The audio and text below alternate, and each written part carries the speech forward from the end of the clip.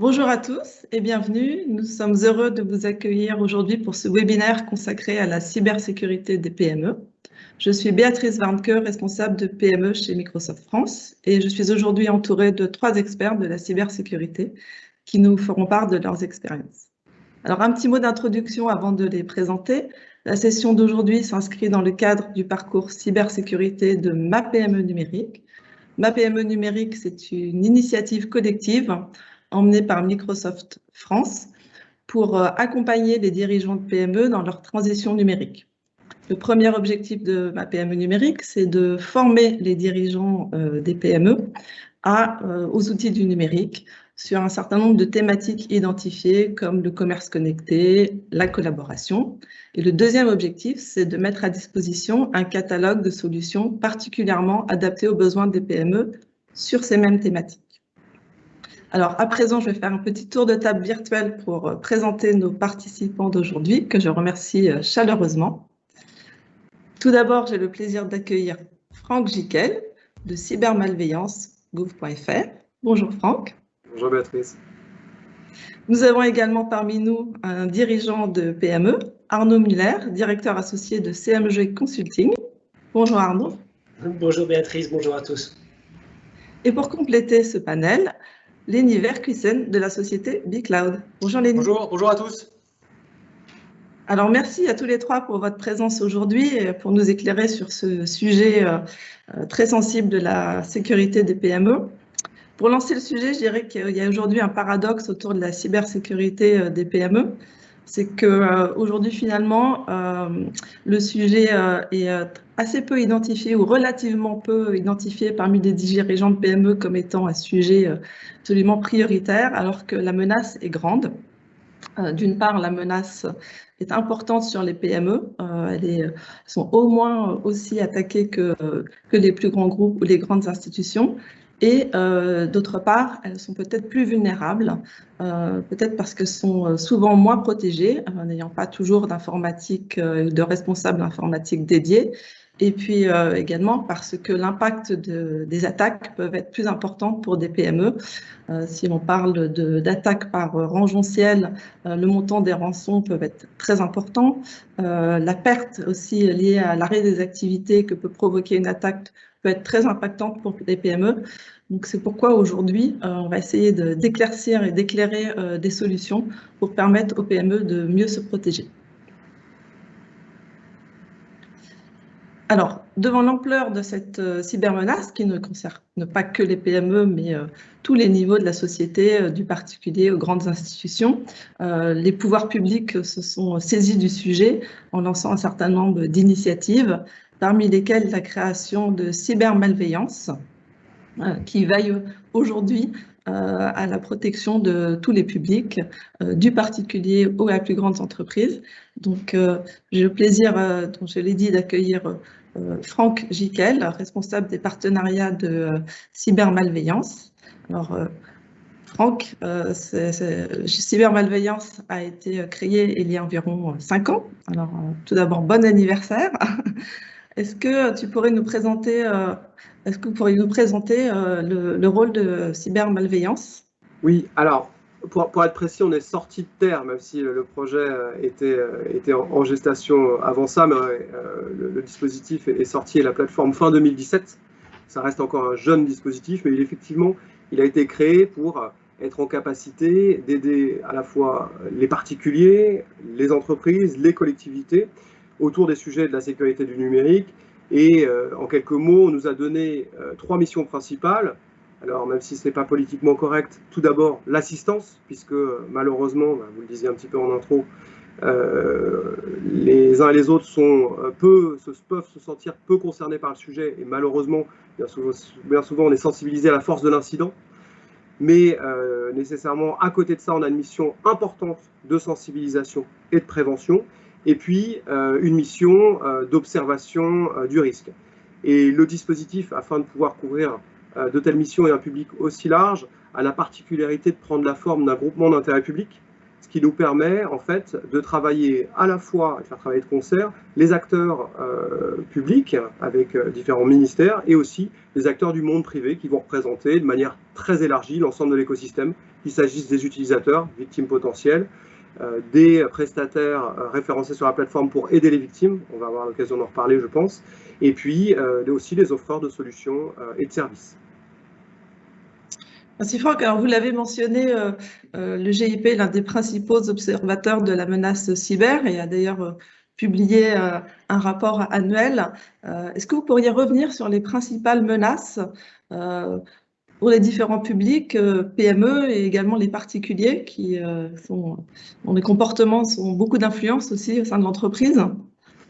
Oui, c'était intéressant aujourd'hui, même si c'est un événement plutôt dédié aux entreprises, de parler aussi des particuliers, puisque on l'a vu encore plus en 2020, on est vraiment à la convergence des deux mondes, professionnel et personnel, avec malheureusement de temps en temps une distinction des usages qui ne sont pas forcément faites comme on le devrait.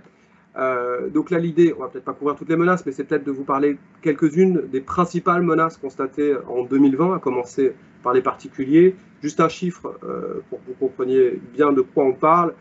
Sur la plateforme, c'est plus de 105 000 victimes qui sont venues se faire assister uniquement sur l'année 2020.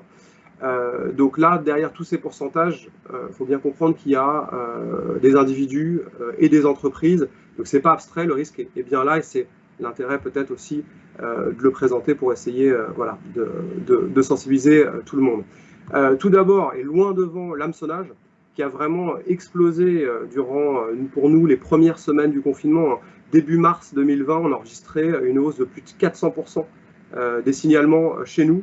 Une délinquance cyber qui s'est quand même mis vraiment très très vite aux couleurs du Covid, que ce soit donc avec les mails, les faux sites, les fausses applications. On a même vu de génération d'attestations de sortie avant que le ministère de l'Intérieur sorte son application. On a vu des faux sites de vente de gel, de masques, et puis aussi beaucoup de phishing par SMS, ça c'est une grande tendance. On est très loin quand même maintenant des phishing un petit peu, hameçonnage un peu artisanaux, avec des fautes d'orthographe et des problèmes d'infographie. Là, on est dans des choses très très sophistiquées. Et ce qu'il faut comprendre, c'est que le phishing a un vrai impact. Nous, on l'appelle en interne la mère des attaques parce que c'est la principale cause d'autres types de malveillance. On va le voir avec les professionnels pour les rançongiciels, les ransomware, pour la faute bancaire ou encore pour le piratage de compte. Vous voyez, le piratage de compte qui arrive juste derrière, ça c'est aussi une menace majeure et en pleine expansion. Alors ça peut concerner tout type de comptes, qu'il s'agisse des comptes de messagerie, de réseaux sociaux et des banques. Il y a un fort intérêt des cybercriminels pour les données qui sont revendues dans un second temps. Et puis ça, il faut bien comprendre qu'il y a des origines diverses. L'hameçonnage, vous l'aurez compris, et puis aussi la fuite de mots de passe ou des comptes qui sont faiblement sécurisés. Donc voilà, quand on parle d'avoir une bonne gestion de ces mots de passe, ça sert aussi à ça, parce que le piratage de compte, ça peut avoir des conséquences gravissimes, vraiment, pour les victimes, notamment quand on parle des particuliers, quand on a des cas d'usurpation d'identité, parfois ça peut être très très compliqué pour réussir à s'en sortir. Une dernière menace peut-être sur les particuliers, parce que chez nous, c'est la première cause d'intervention des professionnels référencés auprès des particuliers. Donc les professionnels référencés, ce sont donc des prestataires qui sont référencés sur notre plateforme et qui vont aller assister les victimes si les victimes souhaitent être mises en relation pour remédier à un incident de sécurité. Et ce faux support technique, c'est quoi? C'est vous êtes en train de naviguer tranquillement sur divers sites, votre navigateur se bloque et vous voyez s'afficher un message assez anxiogène vous invitant à rappeler un prétendu support technique. Donc, si vous tombez dans le panneau, vous appelez, vous êtes pris en main par un service client au français irréprochable, très aimable, qui, moyennant quelques centaines d'euros, vont remédier à l'incident. Alors, dans les faits, il suffit de relancer dans 90% la machine, mais le problème, c'est qu'à côté déjà de ces montants importants dont on va vous soulager ces pirates, ils vont également vous proposer de prendre le contrôle à distance sur votre machine pour vous aider, bien évidemment, en télémaintenance. Et le problème, c'est qu'au mieux, on va vous installer quelques placebos et au pire, on va surtout prendre tout ce qu'il y a d'intéressant sur la machine et puis être déjà présent pour éventuellement une future attaque. Et ça a vraiment touché beaucoup de particuliers. On sait aussi beaucoup de seniors, peut-être moins aguerris, mais également des professionnels. Alors, justement, je propose qu'on passe sur les professionnels. Vous voyez tout en haut, très loin, les ransomware, les rançongiciels, donc ces fameux logiciels qui chiffrent les données de l'entreprise pour les rendre inaccessibles et qui menacent de les détruire si l'entreprise ne paye pas la rançon.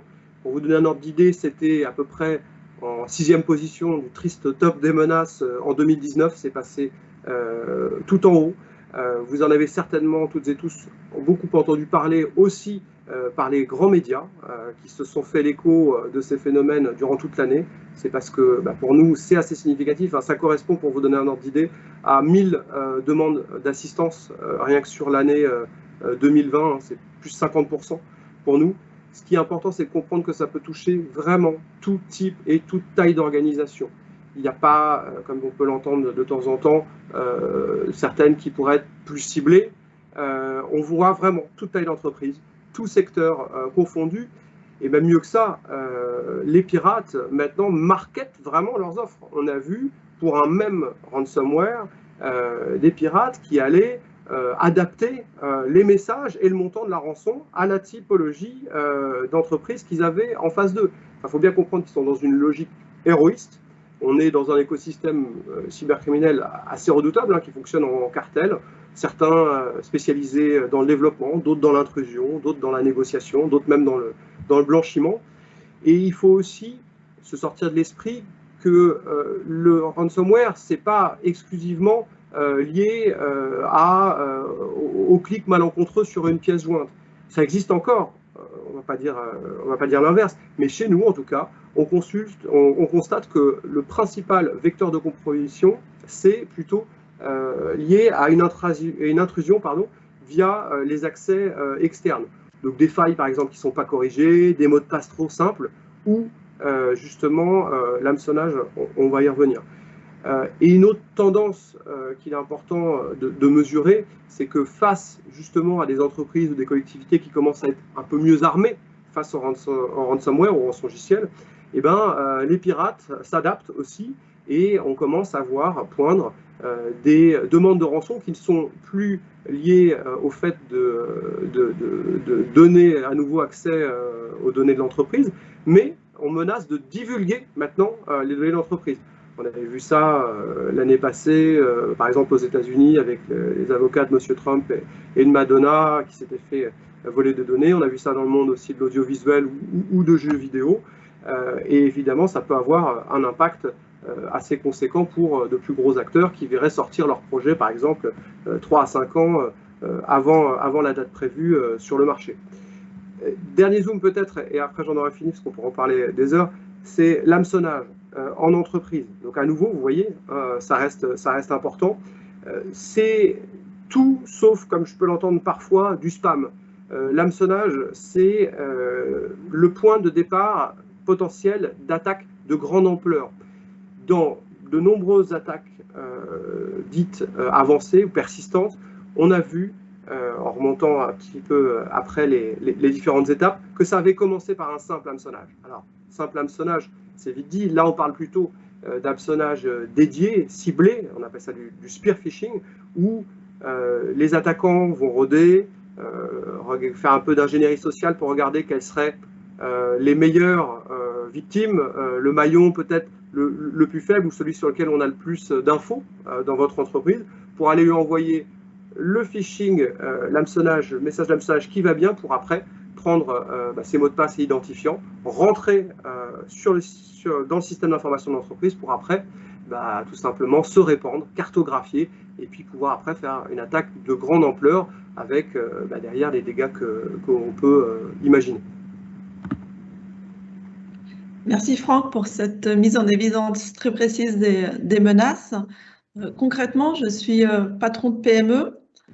Quelles sont les recommandations? Comment je peux protéger ma PME contre toutes ces menaces? Oui, là, c'est évidemment la bonne question parce que Le but, c'est pas de rester dans un constat anxiogène, mais il ne faut pas le nier, ça existe. Encore une fois, derrière ces pourcentages, il y a des entreprises et des individus.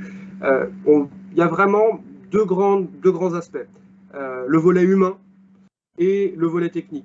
Sur le volet humain, c'est essentiel, c'est pourquoi on travaille avec Microsoft sur les contenus de ma PME numérique. Il est essentiel de sensibiliser tout le monde, du stagiaire au COMEX et dès leur arrivée dans l'entreprise. Vous l'avez vu dans certains, même nombre de phénomènes que j'ai présentés juste avant, il n'y avait pas de fait technique dans la plupart, pas tous bien évidemment. Et avec juste de bons usages largement partagés, on ne serait déjà pas sur ce volume de victimes. Et le volet technique, bien évidemment, face à des pirates qui essayent d'avoir toujours le coup d'avance. Et là, pour le coup, notre première recommandation, c'est de se faire accompagner par des prestataires de confiance compétents sur le sujet. Alors, c'est toujours un petit peu compliqué de lire la qualité d'offre en la matière, l'expertise. Nous, on a lancé il y a peu, en février dernier, un label qui s'appelle le label Expert Cyber et qui vise justement à reconnaître l'expertise des prestataires de services qui assurent des prestations à la fois d'installation, de maintenance et puis d'assistance en cas d'incident. Et je crois savoir, Lénie, vous me direz, mais je crois que BeCloud est en train de faire le processus de passer le processus de labellisation d'expertise. Exactement, Franck. Et c'est vrai que ça permet de donner une visibilité aux acteurs qui s'impliquent dans la cybersécurité et de passer finalement les étapes pour être labellisés. Donc, c'est hyper important pour nous en tout cas.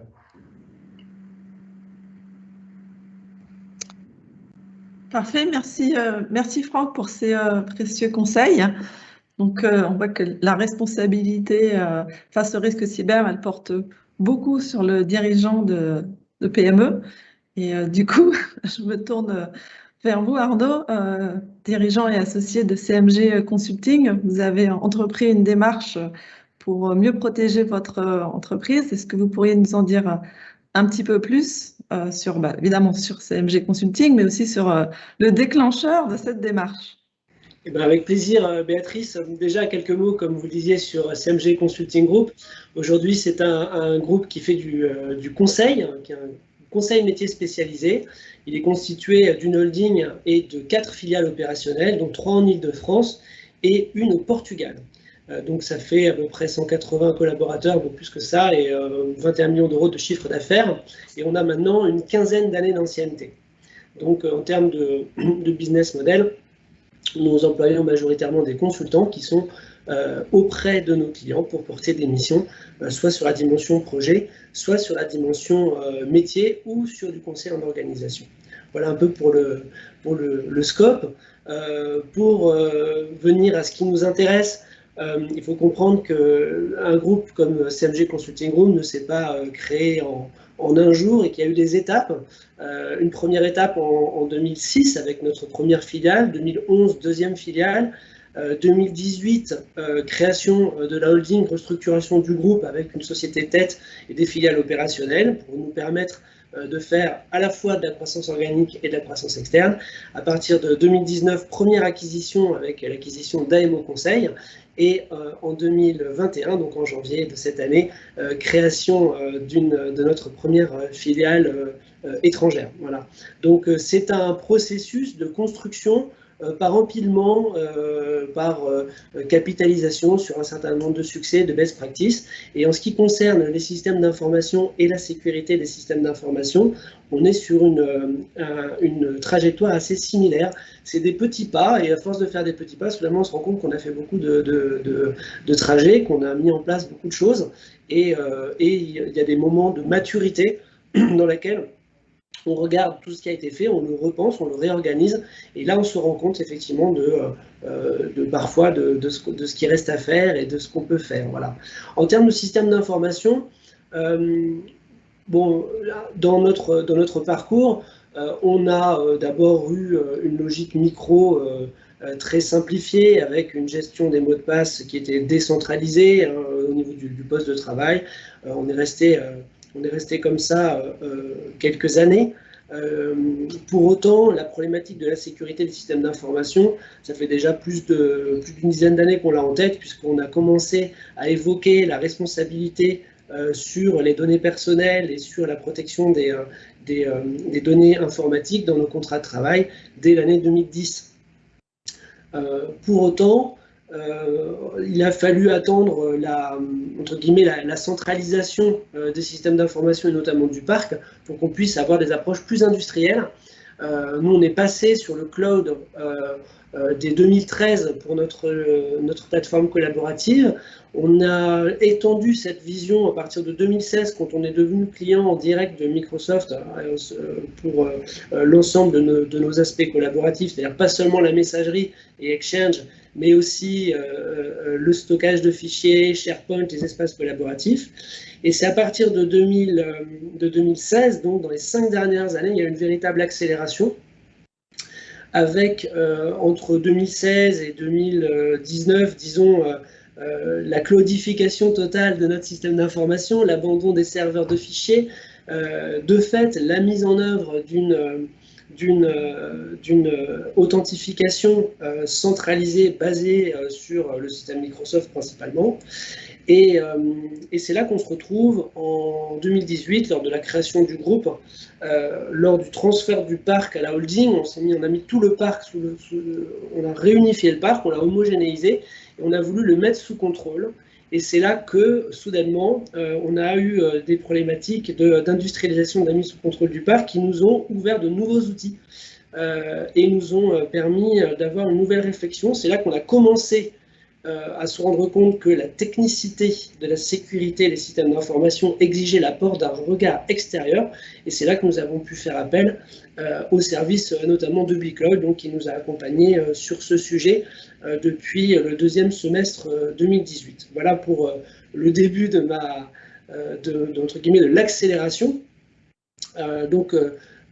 C'est là, quand vous mettez sous contrôle votre parc de travail, alors en fait, dans votre parc informatique, c'est là que vous vous rendez compte que vous rentrez dans une démarche d'industrialisation, et c'est la lecture au travers des outils d'industrialisation de la gestion du parc, donc dans une logique complètement architecture, technico-technique, qui va soudainement vous objectiver un certain nombre de points, notamment sur le fonctionnement de l'entreprise vis-à-vis de best practices de sécurité des systèmes d'information, que ce soit au niveau du parc micro, avec la mise à jour, le déploiement des correctifs de sécurité, la mise en œuvre de systèmes de prévention des attaques virales ou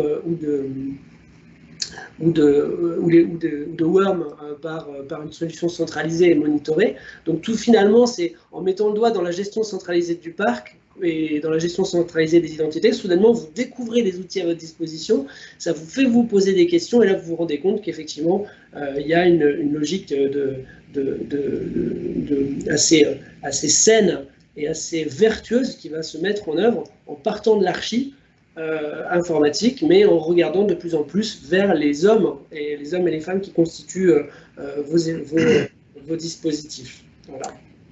Oui, je pense que ce qui est intéressant aussi dans ce que décrit Arnaud, c'est que effectivement on a vécu tout le projet chez CMG Consultant avec BigCloud, et c'est que ils ont eu la bonne décision de ne pas attendre l'incident pour agir. Et ça, nous on le voit souvent, c'est que on intervient souvent, l'incident est déjà là, les pirates sont déjà là, les données sont bloquées, c'est la catastrophe, tout le monde pleure.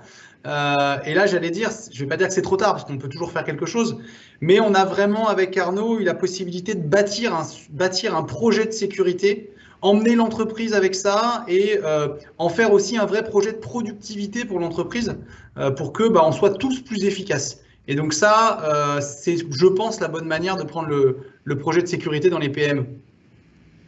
Alors effectivement, on avait, pour regarder un peu comment on s'y est pris, alors c'est vrai qu'on avait cette sensibilité à la responsabilité individuelle des personnes qui existait déjà depuis plusieurs années. On l'avait mis dans les contrats de travail dès 2010. Notre première charte d'utilisation informatique évoquant les problématiques de sécurité IT, elle date de 2011. Mais effectivement, à partir du moment où on a pu remettre à plat toute cette problématique et bénéficier soudainement de cette grille de lecture fournis notamment par Microsoft dans le cadre de la démarche Secure Score, ça nous a donné des éléments, d'abord des éléments d'argumentation, puis des éléments de pédagogie assez fortes. On a pu aussi bénéficier de contenus de formation, et ça nous a permis de remettre à plat en début 2019 d'abord une charte informatique d'utilisation des systèmes d'information de niveau groupe dans laquelle les problématiques de sécurité et de cybersécurité et de protection des données étaient beaucoup plus prégnantes que par le passé. D'autre part, d'introduire dans notre plan de formation des modules de sensibilisation d'une part et de formation d'autre part à la cybersécurité, incluant d'une certaine façon, il y avait la problématique de comment est-ce que je me sers de mon nouveau poste de travail CMG Consulting Group, maintenant qu'il est beaucoup plus sécurisé qu'il ne l'était jusqu'à présent, et d'autre part, pourquoi donner du sens? Pourquoi est-ce que maintenant tu es obligé d'avoir une authentification à 2 facteurs? Évidemment, ça te complique un tout petit peu la vie, parce que c'est pas très difficile au quotidien, hein. On le fait bien pour ses paiements sur PayPal, alors pourquoi est-ce qu'on ne le ferait pas pour utiliser son poste de travail? Et donc donner du sens à tout ça, et aussi ça permet d'avoir finalement une continuité dans le discours sur la cybersécurité, à la fois en interne de l'entreprise, mais aussi vis-à-vis de nos partenaires, puisque que ce soit nos clients, nos fournisseurs, les tiers, il faut qu'on rentre dans une démarche de vigilance commune. Ça nous a permis aussi, par exemple, de mettre en place une démarche d'entreprise étendue, dans laquelle nous, on a été prescripteurs de sécurisation des systèmes d'information vis-à-vis, par exemple, de notre cabinet comptable. C'est des professions qui ne sont pas forcément sensibilisées à ces problématiques de cybersécurité. Ben, on a finalement les a aidés à déployer chez eux une infrastructure qui permettait de faire en sorte qu'on n'échange plus de pièces jointes par email, qu'on se partage par un cloud sécurisé les éléments qui concernaient l'entreprise, etc. Donc, sur les éléments humains, voilà, information, prévention, communication autour de la charte informatique de l'entreprise, plan de formation. On est allé jusqu'à, effectivement, quand on parlait de charte informatique, quand on dit qu'elle a valeur finalement de règlement intérieur, ça veut dire qu'on va pouvoir la poser dans le dialogue social vis-à-vis des instances représentatives du personnel, et on va pouvoir commencer à parler de cybersécurité dans le dialogue social au niveau de la PME. Voilà. Donc, quelque chose qui se fait finalement de façon progressive, hein. Quand je mets tous ces éléments-là, bien évidemment, on ne les a pas fait en 2 mois, c'est le fruit de 15 années de travail progressif. Et ce que je veux dire au travers de ce témoignage, c'est aussi que finalement, avoir une vision industrialisée et monitorée, pilotée de la gestion de la cybersécurité au sein d'une PME, c'est possible. Et ça passe par des petits pas. Et ce qui est important, par contre, c'est de pouvoir s'appuyer sur les bonnes compétences pour savoir, entre guillemets, quels sont les petits pas à faire, dans quel ordre il faut les faire. Et puis, il y a toute cette dimension finalement technique, technologique, liée au poste de travail, à l'infrastructure, la mise en place d'une solution centralisée pour la gestion des authentifications. Pour nous, c'était Azure ID. De mise en place d'un système de monitoring et de pilotage du parc micro, notamment avec Intune.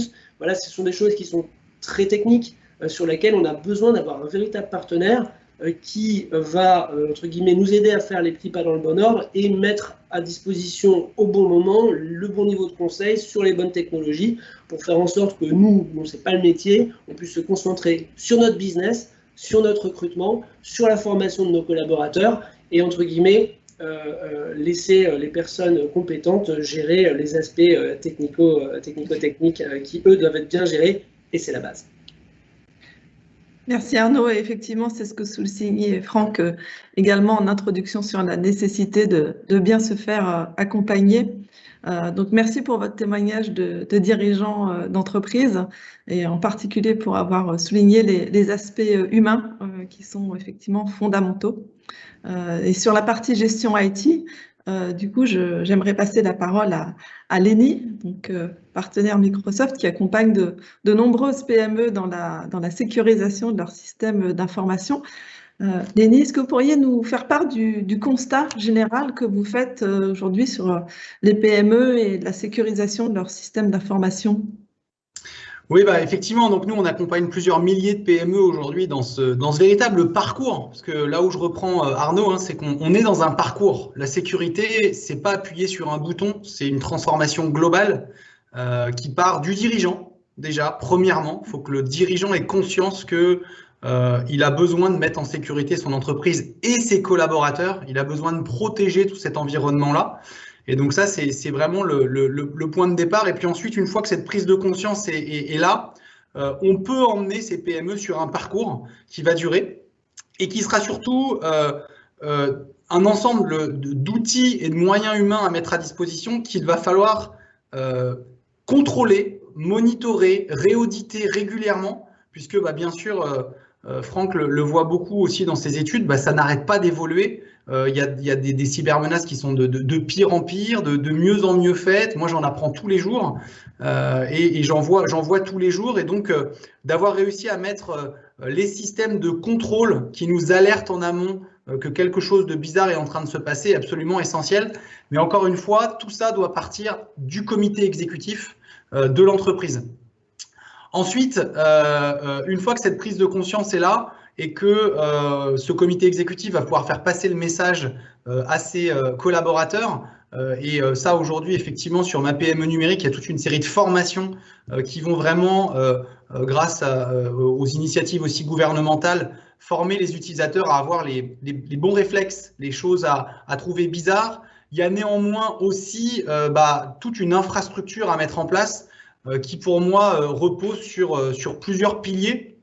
Le premier pilier que je voulais vous présenter aujourd'hui, je ne sais pas si on a pu passer sur le slide suivant, mais c'est vraiment un pilier autour de l'état civil de l'entreprise. Aujourd'hui, comme dans un État, on a un passeport et ce passeport, il nous définit en tant que citoyen. Il faut savoir que dans une PME, souvent, on se retrouve avec des collaborateurs qui ont 10, 15, 20, 30 passeports différents parce qu'ils ont un mot de passe, un login pour ça, un mot de passe, un login encore pour autre chose. Et ça, c'est des cibles parfaites puisque finalement, on n'a pas un système d'identité qui est centralisé pour se connecter à l'ensemble du système d'information de l'entreprise. Que ce soit des choses en local, que ce soit des services que vous utilisez, Microsoft ou non d'ailleurs, peu importe, mais d'avoir un véritable système sur lequel on va pouvoir se baser pour le sécuriser. Et aujourd'hui, sécuriser un système d'identité, il y a une manière qu'on connaît tous, effectivement, quand on va sur son compte PayPal ou quand on fait le moindre virement maintenant sur sa banque en tant que particulier ou qu'on va voir ses photos sur iCloud, pour citer un concurrent, on a ce qu'on appelle une double authentification. On met un login, un mot de passe, mais bien souvent, on reçoit un SMS pour être sûr que c'est bien nous. Et c'est ça le fameux multifacteur authentification qui va aujourd'hui faire baisser drastiquement les vols de login et de mot de passe puisque on revérifie sur quelque chose qui vous est personnel que c'est bien vous qui êtes en train de vous connecter. Alors, moi, j'entends beaucoup de dirigeants qui se posent des questions autour de ça en disant « mais comment je vais pouvoir demander à mes collaborateurs de recevoir sur leur téléphone personnel un SMS venant de leur entreprise ?» Chose auquel je leur dis qu'effectivement, si c'est un projet d'entreprise, qu'il a été discuté en interne, que les gens le comprennent, qu'on a fait la bonne pédagogie, ils vont comprendre qu'on a besoin de venir leur envoyer sur quelque chose qui leur est personnel, forcément, la preuve que c'est bien eux qui sont en train de se connecter. Et donc, au même titre que vous avez toute une série de choses dans votre règlement intérieur aujourd'hui qui imposent aux gens, je le fais en souriant des fois, de devenir habillés au bureau avec des habits qui leur sont personnels, on va de plus en plus devoir avoir besoin d'identifier numériquement qui est la personne à qui on parle. Et donc aujourd'hui, nous, c'est le premier pilier. J'allais dire, c'est la mère des batailles. Si on n'est pas capable de protéger l'identité dans l'entreprise, j'allais dire presque, c'est pas bien de dire ça, mais toutes les autres démarches de sécurité sont complètement presque inutiles. Le deuxième sujet, et Franck l'a dit, c'est avoir des machines à jour. Les éditeurs aujourd'hui, quels qu'ils soient, sont systématiquement en train de se battre et repoussent, je ne sais plus les chiffres, mais je crois des milliers d'attaques par jour sur leur système, corrigent des failles au jour le jour. Et ça, si vous êtes sur un système qui n'est pas à jour depuis plus de, des fois, quelques heures, vous êtes la proie à n'importe quelle brèche. Et donc ça, c'est vraiment tout le cœur du système que l'on déploie, qui est vraiment notre deuxième pilier, qui est la gestion des appareils de l'entreprise. Il faut que ces appareils ils soient déclarés dans un système qui soit unique, qui va permettre de voir vraiment tout le parc de l'entreprise vu de dessus, de pouvoir agir dessus de façon massivement, alors avec des choses de sécurité, mais aussi des fois des choses qui servent l'entreprise. je veux changer le fond d'écran de l'ensemble de mes collaborateurs parce que je viens de changer de logo. Il faut que je puisse avoir accès à ces appareils-là. Donc derrière, il y a bien sûr la sécurité, mais il y a aussi l'aspect productivité. Et puis aussi permettre à faire que toute nouvelle machine qui va être envoyée à un collaborateur, bien souvent maintenant qui travaille en télétravail, on va pouvoir commander une machine qui vienne d'un fournisseur de machines et en mettant son login et son mot de passe, faire que cette machine vienne s'installer automatiquement avec tous les protocoles de sécurité qui vont avec et bien sûr aussi les logiciels métiers de l'entreprise.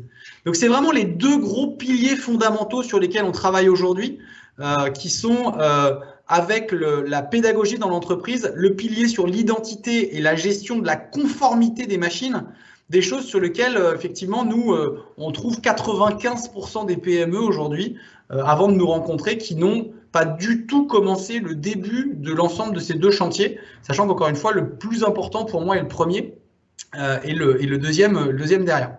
Donc voilà le constat, voilà sur quoi nous on emmène les clients derrière sur un parcours dans lequel justement on va recréer cette identité, recréer cette pédagogie autour des collaborateurs, commencer à déclarer les machines dans un outil de gestion de part, commencer ensuite à monter ce qu'on appelle une supervision de la sécurité, puisqu'ensuite une fois que tous ces systèmes sont en place, quelque part derrière il faut qu'il y ait quelqu'un qui les surveille, comme vraiment de la vidéosurveillance, c'est le même type de job. Et donc nous c'est ça qu'on propose chez BeCloud, c'est toute cette mise en place, cette pédagogie et cette supervision derrière des PME autour de la sécurité.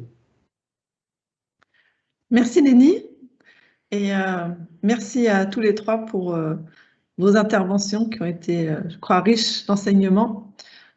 Vos témoignages nous donnent à penser que vraiment la sécurité numérique, ça devient un pilier de la gestion des entreprises. Et ce n'est pas seulement une démarche d'entreprise, mais c'est aussi une démarche collective de tous les acteurs de la chaîne du numérique. Et c'est ainsi que collectivement, on sera efficace. Alors, pour aller plus loin, on l'a mentionné plusieurs fois lors de ce webinaire, je vous invite à vous inscrire sur le site de Ma PME numérique, où vous pourrez suivre un module plus complet sur la cybersécurité des entreprises. Et puis, si vous souhaitez également poursuivre les échanges avec les uns ou les autres d'entre nous, vous voyez sur la diapositive qui s'affiche l'ensemble des points de contact et nous serons ravis de poursuivre cette discussion avec vous. Je vous remercie pour vos interventions et je remercie nos participants pour leur attention. Et je vous souhaite une très bonne journée et protégez-vous. Merci à tous. Au revoir. Merci, au revoir.